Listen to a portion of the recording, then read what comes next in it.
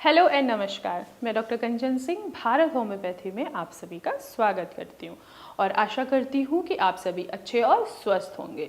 तो चलिए आज की वीडियो में हम बात करते हैं कि एक किडनी फेलियर का पेशेंट अपने मॉर्निंग के ब्रेकफास्ट में किन किन चीज़ों का वो आसानी से सेवन कर सकते हैं, यानी कि ऐसी क्या क्या चीज़ें हैं जो वो खा सकते हैं।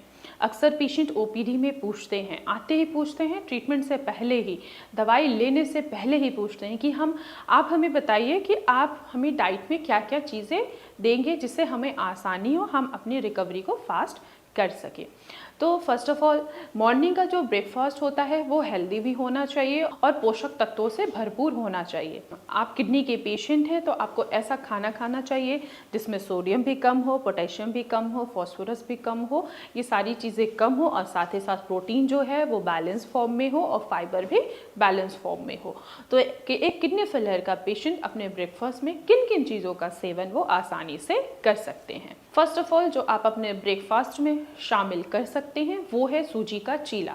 आप सूजी का चीला का भी सेवन कर सकते हैं, आप दलिया खा सकते हैं, ओट्स खा सकते हैं। ध्यान रखिएगा कि दलिया आप वेजिटेबल दलिया ही लें या तो पानी वाला ही दलिया लें। दूध वाला दलिया आपको अवॉइड करना होगा क्योंकि मिल्क में फॉस्फोरस पाया जाता है। अगर आप मिल्क का सेवन करते हैं रोज़ाना बेसिस पे तो इससे आपका फॉस्फोरस का लेवल बढ़ सकता है और साथ ही साथ आपका क्रेटिनिन भी इंक्रीज हो सकता है। और यहाँ तक कि जिन भी पेशेंट में फॉस्फोरस बढ़ता है उनको उनके स्किन पे इचिंग भी महसूस होता है। अक्सर पेशेंट यही कहते हैं कि मैम खुजली बहुत ज़्यादा हो रही है। इसके पीछे का यही रीज़न है कि आपके शरीर में फॉस्फोरस का लेवल बढ़ गया है। क्यों? क्योंकि आप दूध, दही, लस्सी जिनमें यानी कि डेयरी प्रोडक्ट का सेवन कर रहे हैं, इनमें फॉस्फोरस की मात्रा ज़्यादा होती है। तो आप दलिया खाएं लेकिन पानी वाला या तो वेजिटेबल दलिया खाएं। इसके अलावा आप ओट्स का भी सेवन कर सकते हैं। साथ ही साथ आप ब्राउन ब्रेड या सैंडविच का भी आसानी से सेवन कर सकते हैं। सूजी की इडली ले सकते हैं, सूजी का आप डोसा भी खा सकते हैं। इसके अलावा हम बात करते हैं फ्रूट्स। आप अर्ली मॉर्निंग में आप अपने ब्रेकफास्ट में फलों का भी सेवन आसानी से कर सकते हैं। अब कौन से फल आप खा सकते हैं?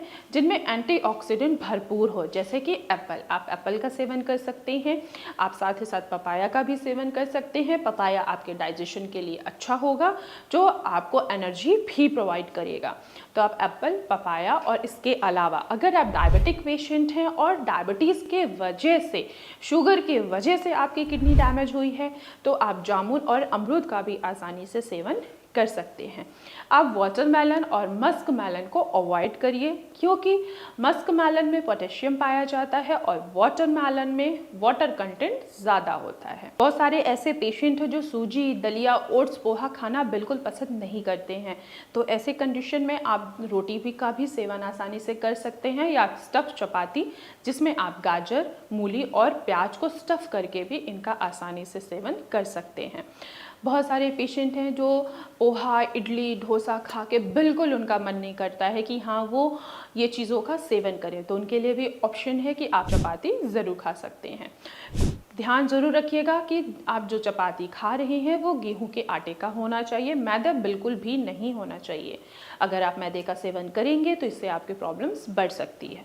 तो मैं आशा करती हूँ कि आप लोग जितने भी कंफ्यूज होंगे कि स्पेशली हम मॉर्निंग ब्रेकफास्ट में क्या खाएं, तो आपके लिए बहुत सारे ऑप्शंस मैंने बता दिए हैं। तो आप इन सारे ऑप्शन का यूज़ करके आप अपने ब्रेकफास्ट को ले सकते हैं और अपने किडनी की फंक्शनिंग को बढ़ा सकते हैं। तो आज के वीडियो में बस इतना ही, फिर मैं मिलूंगी नेक्स्ट वीडियो में। तब तक के लिए धन्यवाद।